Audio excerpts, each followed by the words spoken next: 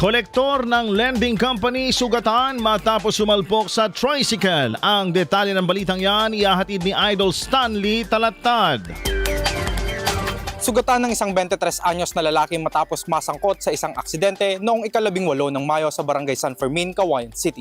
Sangkot sa naturang aksidente ang isang motorsiklo na minamaneho ni alias Justin, kolektor sa isang lending company at kasalukuyang naninirahan sa Barangay Minante 1, Cagayan City. Habang ang driver naman ng tricycle ay kinilalang si alias Paul, 35 anyos, driver at residente ng Guayabal sa nasabing lungsod. Batay sa ulat, parehong binabagtas ng dalawang sangkot ang timog na direksyon patungong Alicia Isabela. At nang makarating sa pinangyarihan ng insidente ay nabangga ni alias Justin ang likurang bahagi ng tricycle. Dahil dito, nagtamo ng mga pinsala sa iba't ibang bahagi ng katawan ng driver ng motorsiklo maging ang driver ng naturang tricycle.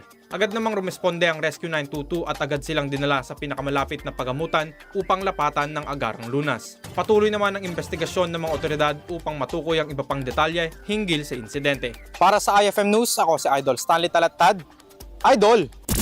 IFM News.